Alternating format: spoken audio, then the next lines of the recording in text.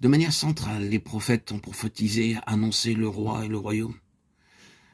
Et quel a été le point culminant atteint par les prophètes en relation avec cette question?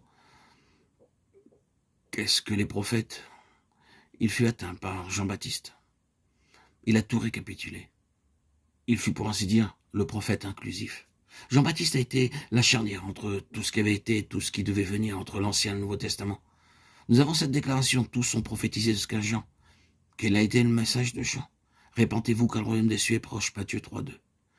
Cependant, conjointement, le message dominant de Jean a été « Voici l'agneau de Dieu qui ôte le péché du monde ». Jean 1,29. Ce ne sont pas deux choses distinctes et ne font qu'un. Le royaume s'est approché, et voici l'agneau de Dieu. Quelle a été donc la conséquence de tout cela depuis l'époque de Jean et qui s'est traduite par une nouvelle conception des choses, une nouvelle force, non plus celle qui était issue de la prophétie, mais désormais issue de la réalité. C'était le royaume des cieux. La loi et les prophètes ont subsisté jusqu'à Jean. Depuis lors, le royaume de Dieu est annoncé et chacun use de violence pour y entrer. Les prophètes l'avaient prophétisé. Maintenant, c'est une chose accomplie. L'agneau de Dieu qui ôte le péché du monde. Qu'est-ce donc que le royaume des cieux? Nous progressons peu à peu dans ce domaine, et quand nous répondrons à cette dernière question, nous verrons clairement pourquoi ces chefs des Juifs et les habitants de Jérusalem n'ont pas vu, alors qu'ils entendaient les prophètes semaine après semaine. Je crois que c'est très solennel lorsque le royaume des cieux s'approche de nous. Vous savez, le Seigneur devra juger tous ceux qui auront eu cette opportunité. Cette possibilité a été accordée, cette proximité, ce contact était une véritable opportunité. La proximité de ce royaume était une véritable opportunité. Le Seigneur Jésus a marché au milieu du peuple juif pendant 3 ans et demi. Sa présence parmi eux a été leur opportunité. Et le fait qu'il n'ait pas saisi cette occasion, cette opportunité, a eu des conséquences tragiques.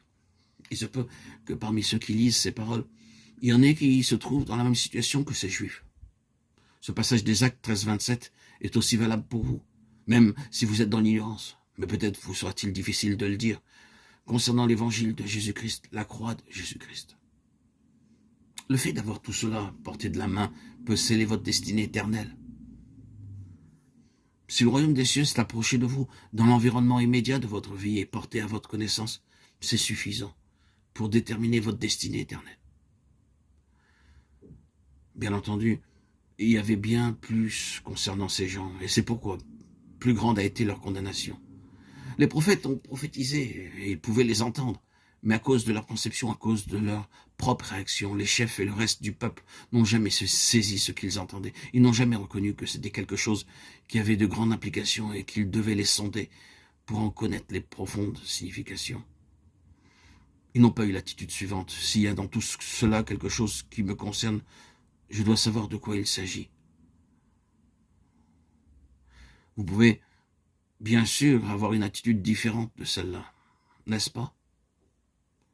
Mais l'absence de réaction positive à l'égard de l'Évangile peut être le terrain sur lequel le jugement pourra s'exercer. Cela fut vrai dans leur cas et le jugement fut terrible. Quel jugement que ces 2000 ans d'histoire juive. Votre maison vous sera laissée déserte, Matthieu 23, 38. Y a-t-il jamais eu une aussi grande désolation que celle de l'histoire de ce peuple? Mais même ainsi, c'est seulement une parabole de la désolation, comparée à la désolation spirituelle qui survient lorsque Dieu nous abandonne et que nous en sommes conscients. C'est un avertissement solennel et bien entendu, il introduit cet autre aspect des violents qui entrent dans le royaume. C'est une chose que nous devons sérieusement considérer, sans nous permettre d'être insouciants et indifférents.